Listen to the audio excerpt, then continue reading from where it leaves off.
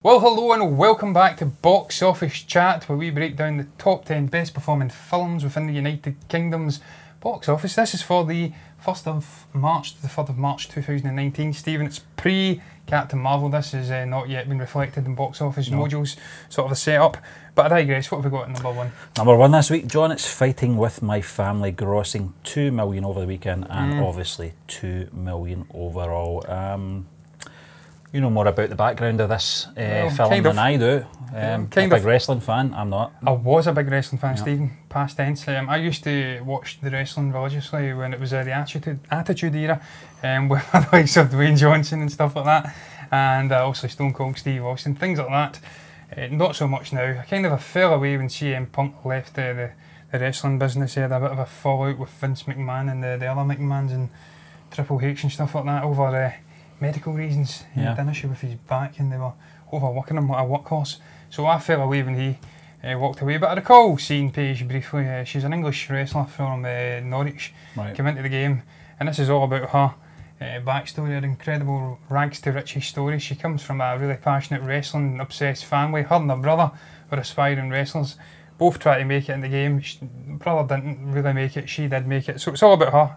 She's been played by Florence Pugh, I do believe. There's a couple of interesting people in there. I think Nick Frost is in there, I'm pretty sure it is. Is that right? Yeah, he's in there. Yeah, Stephen Merchant's in it as well. Stephen Merchant, I think he also wrote and directed it. Yeah, directed it. Obviously, Dwayne Johnson really pushed for this film to be made. I didn't know Merchant was a big wrestling fan. I didn't either. I don't think he is, Stephen. I think he just seen the opportunity. He perhaps spoke with Dwayne and they thought, we'll collaborate and get this film out. But look, I digress.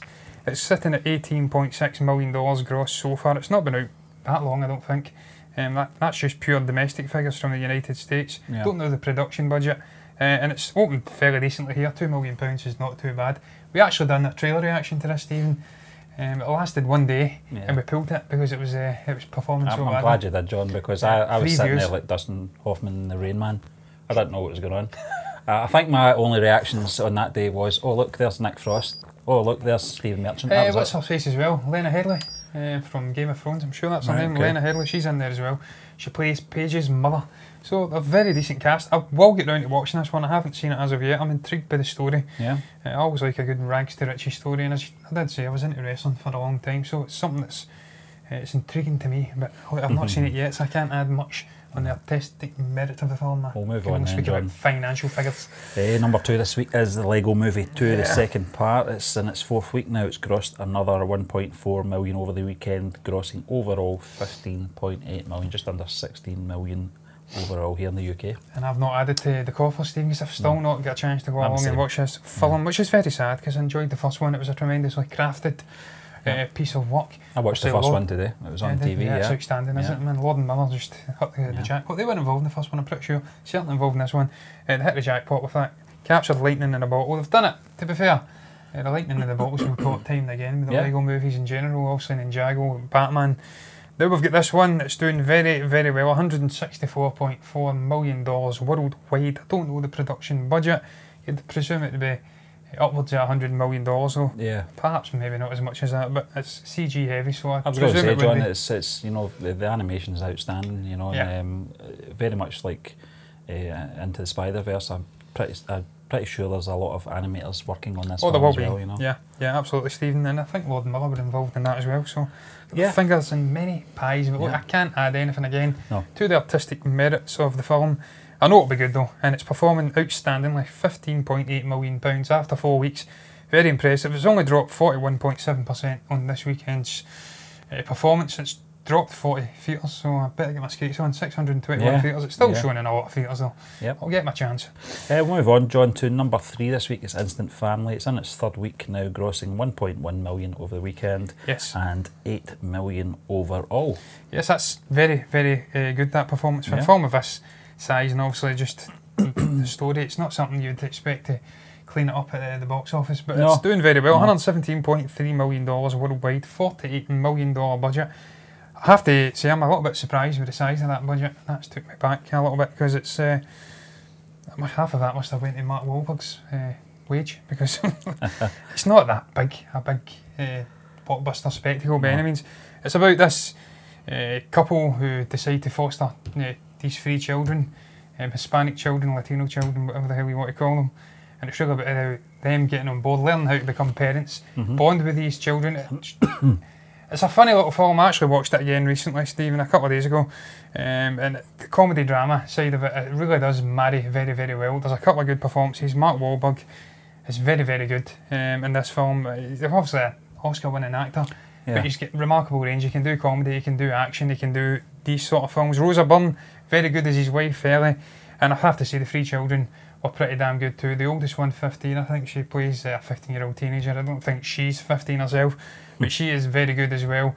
Whole host of funny moments in there. I really enjoyed it. I've seen it twice, and I'm glad it's doing well at the box office, because it really does highlight the fostering side of the fostering children and stuff like that. It's an important subject that highlights.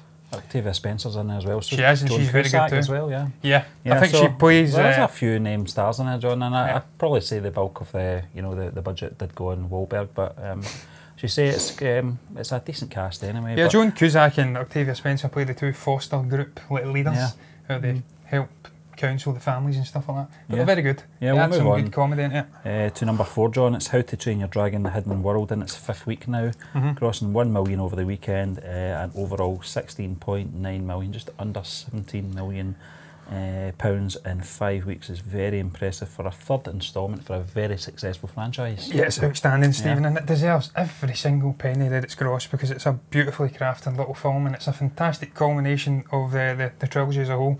Really enjoyed the film. I thought it was, having went back and obviously blitzed the first 2 films before going to see this one in the theatre, it added a bit of emotional resonance to the whole thing, the whole affair. You bonded to the characters of Hiccup and Toothless and just the rest of the gang.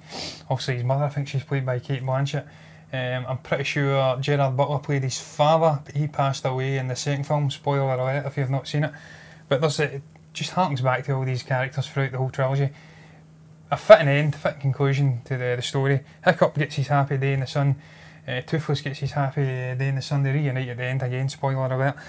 Giving all the story away here, Steve. John, and it grossed $435 million worldwide, so outstanding. I'm one of these people that haven't seen any of the movies. If I was to get into this 3rd instalment, would I miss much from the other 2? Would it really restrict my experience emotionally for these characters? It would, Stephen. It would restrict your what you get out of it. Also the bond of the characters, and just because you really do connect to them throughout the story. It's a fantastic progression of Hiccup and Toothless throughout the whole film. They grow together. They're both similar figures. They're slightly outside figures. They've got their very distinct flaws. One's got a gummy leg. I don't know if you can call it that, Stephen. But his leg gets said it now, John. His leg gets ripped off. He ends up with a peg leg. Obviously, Hiccup. Toothless has a gummy tail, and he gets his tail repaired by Hiccup, who's a master blacksmith sort of a figure. And so they've got their physical faults which they share. They've got their emotional faults which they share, and they grow together and they develop a great friendship, and they really do progress into completely different people and dragons at the end of the film. And you wouldn't get that emotional connection, you wouldn't bond, you wouldn't get so much out of the final film if you didn't go back and watch the first 2. Having said that, you could watch the film as a self-contained story, and I suppose it would stand up because it's got a great start, middle and end. Independent villain, and an interesting independent little story as well. But I think to get the most out of it, you have to go back and watch the whole franchise. I'm trying to find out how it ranks in terms of franchise, and I've got the figures here. It's sitting at number 3 as we speak in the How to Train Your Dragon franchise. It's the worst performance so far. But it's got a while to go yet, Stephen. It's sitting well shy of the $217.5 million which was gross for the first film, and the 177 for the 2nd film. So it's got a way to go to catch it. But look, you tend to find that in franchises, even though this is a beautiful story which I feel will only get better and better as it's progressed. The 2nd one's still my favourite, but you tend to find in terms of financial results it's ever diminishing returns. Look, can't argue with that performance, it's doing well. Certainly not, but we'll move on, John, to number 5 this week. We're halfway through the box office. It's Green Book, and it's 5th week now, grossing another £700,000 over the weekend, grossing overall 7.4 million. Yes, I can't believe it's been out for 5 weeks, Stephen, already. 7.4 million is a fantastic performance as well. This has actually been up 55.8% on this weekend's performance. I think it's actually been up a couple of places from last weekend as well. It's up from 7th. That, John, I noticed that. I thought, with all the sort of backlash from the Academy Awards, let's you know, not beat around the bush. It got, you know, really got some negative feedback for its, you know, being nominated the Best Picture. For me, I think it would deservedly so won the, you know, the Best Picture. But I was very surprised when I did read that it is up this week. I thought it might have took a hit with just word of mouth for people that have not seen the film yet, which really shouldn't be, you know, in your judgment when you're going to go and see a film or not going to go and see a film. But you know what people are like, word of mouth, they do get put off with bad press and stuff like that. I'm the opposite, you know, I like to go out and make my own mind up on these things, and I think it was a great film. I thought it was a great film about relationships. I said that last week. I thought the two main actors in the film, their characters were very interesting. Yeah, genuine as well, authentic. Yeah, very genuine, and I think there was a lot of ignorances from both sides of these characters, and by the end, you know, they did a lot of learning together and separately as well about each other and themselves. You know? Absolutely, Stephen. I have to tell you, anybody I know that's watched this film has not had a bad word to say about it. They've all been praising it to the heavens. I thought it was a beautiful little story, very linear, very simplistic, and that's why I think it ultimately won the Best Picture, because it connected with a wide array of demographics, not just these film enthusiasts or buffs who look for certain stories, look for maybe something under the surface, look for this big complicated cerebral storytelling sort of a setup. Just kind of similar to what we got in The Shape of Water. It was like clear underlying things getting hit on and stuff like that. And it was a slightly more complicated affair in terms of storytelling than just what the hell was going on with the relationship with her and the aquatic creature, aquatic man, whatever the hell he was called. I enjoyed the film, Stephen. I really did. As you did say, Mahershala Ali was outstanding. Viggo Mortensen was absolutely superb as well. I thought the friendship of Tony Lip and Dr. Don Shirley, very authentic. I liked the fact that they transcended the whole racial tension and barriers of the 1960s or 50s, I think it was set, and the fact that it is a real story, so it's not just made up whitewashing of the racial issues. Some people have said it was a real story about two real figures who had a friendship right through to their dying day. So I don't know what the hell you're talking about. It wasn't whitewashed. This is based in fact in real life. They were real people living and breathing. But look, I digress. $242.2 million worldwide, $23 million budget. It's made a gargantuan profit, and it deserves to, because I enjoyed it.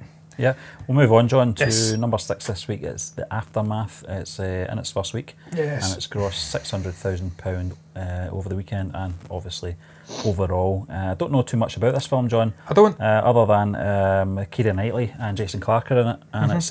I'll just read the synopsis here. It's a post-World War II British colonel and his wife are assigned to live in Hamburg during the post-war reconstruction, but tensions arise with the German who previously owned the house. Interesting concept, John. Yeah, it's something that I don't think is done enough in film. Certainly not films that I know, where you're dealing with the aftermath of World War II. Tensions are obviously going to still be high. Yeah.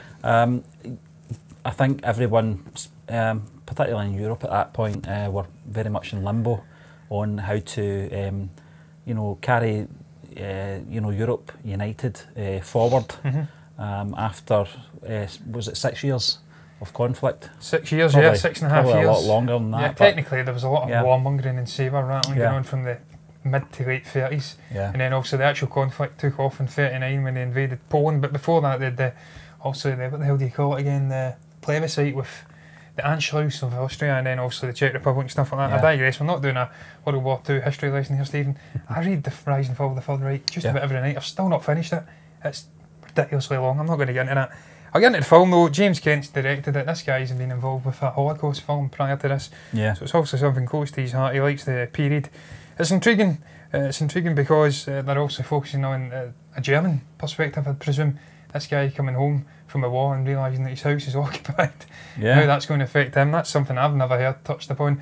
I did watch, I believe it was The Land of Mine, which was set in Denmark after the war, and it focused on the young German soldiers coming into Denmark and having to be prisoners of war, or just labouring, cleaning up all the mines off the beach, and that was a punishment for being involved in the war, and obviously the German side. So that focused on the aftermath. It's been done before, but not to a great extent. So this is intriguing. It's got a great cast in there. Alexander Skarsgård, Keira Knightley, Jason Clarke. Martin Compston's in there as well. Martin Compston, yeah. So it's very intriguing. It's a story that I'm definitely interested in. Whether I go and watch it in the cinema, though, I don't know. If I've got a bit of time and I've ticked off films like the Lego Movie and stuff like that and fighting with my family, then I may perhaps give it a bash. But look, £600,000 after its opening weekend is pretty decent for a film like this. I can't get any information on its worldwide box office figures because, to be quite frank, I don't think it's got that wide a release, so they're not available. Yeah. Okay then, John. We'll move on to number 7 this week. It's Alita Battle Angel in its fourth week. It's grossed another £500,000 over the weekend. Overall, £8.5 million.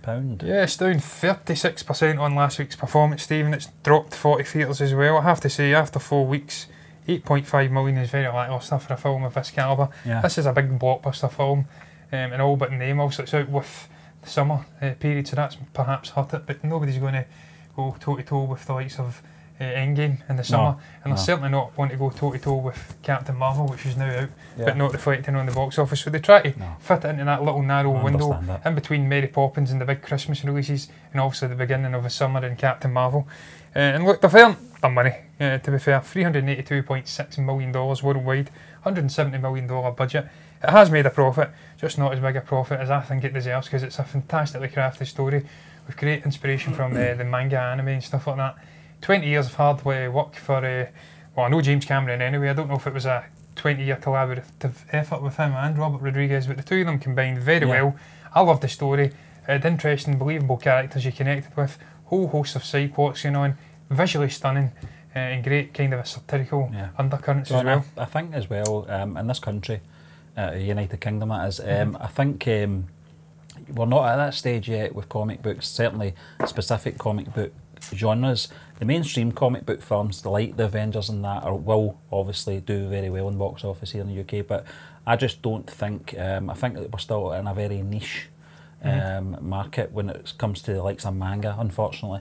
I thoroughly enjoyed it. I'm not a big fan of manga either, you know, the actual you know, comic books and stuff like that, and you know, any cartoon series or anything like that. But this really intrigued me. I liked the look of it. The cast as well was fantastic. What I liked most about this, apart from stating the obvious about the visuals and stuff like that, which was very stunning, was the character development as well. I thought there was a lot of investment in the characters as well. Really felt for them. And I felt that the lead character, Alita, from the very kick-off right to the end of the film, developed. She grew as a person, and not just with her powers, but just you know, through her own personality. And obviously her adopted father as well, played by Christoph Waltz. And also the boyfriend figure as well, Stephen, who pops up. I can't recall his name, but just his story was very interesting. This side arc of him looking up at this big kind of a galactic overlord set up and dreaming about what it was like up there. That's kind of a reflective of society when you're down in the dumps and you're dreaming of greater things. You go up. Just the fact that kind of a satirical or just that metaphorical story it told when he finally got to go up, when he became a half kind of a mechanic figure, and then just to have his legs whipped out from under him literally and flung off the edge. That's just a great kind of a sort of a visual representation of just like, sometimes you can aim for the stars, but sometimes people don't make it. They try, they try and they don't make it. Number 8 this week, John. It's The Kid Who Would Be King. It's in its third week now. It's grossed £400,000 over the weekend. Overall, £3.1 million. Yes, this is the modern retelling of the King Arthur story with children, Stephen. I've not seen it though. I've not really got any intention of going to see it, but £3 million after 3 weeks. It's pretty damn decent. It's dropped about 41.2%. We are going to be talking about this on it's the blog rundown this week. We know maybe I should go and watch it. Yeah, I think you should. But Philip, he reviewed this movie, but we won't get into that at the moment. This is not the blog rundown. This is, of course, box office chat. But I think $26.7 million worldwide. Not bad. It's not too bad at all. I don't know. I'm just looking at the casting now, John. Joe Cornish is the director. But as far as the cast goes, very young cast. Yeah, I was going to say I'm not really familiar. Maybe some of the faces might pop out to me in previous movies, but certainly none of the names do. In fairness though, I've seen the young cast on sort of a social media thing, just promoting the film, and they seemed like quite a charismatic bunch. They seem to have great chemistry, so I'm sure they've done a good job. I'm sure it all weaved organically and it felt realistic, and I'm sure they gave good performances, but I can't possibly say because I haven't seen it yet. We'll move maybe on I will then, John. see it soon. We'll move on to number 9 this week. It's Cold Pursuit, a movie that we both saw and enjoyed. And it's in its second week. It's grossed £400,000 over the weekend, and overall a very a low 1.4 million overall. This Yeah. is not going to have the legs, I don't think, to be in the top 10 next week. No, second week, Stephen, it's dropped 41.3% after its second weekend. That is not good at all. It even dropped theatres. It's down 2 theatres, just 2, but it has dropped theatres. 415 it's shown in now. We know why this film is underperforming, Stephen. It's because of a whole racial controversy thing that was sparked with one of Liam Neeson's interviews in the promotion for this film, where he says that he had a similar revenge brew up within him when he discovered that one of his close friends had been raped by a black person, and he went out night after night looking to wreak revenge on them, to batter them. So look, he's not racist, Stephen, let's be honest, he really isn't. The guy was...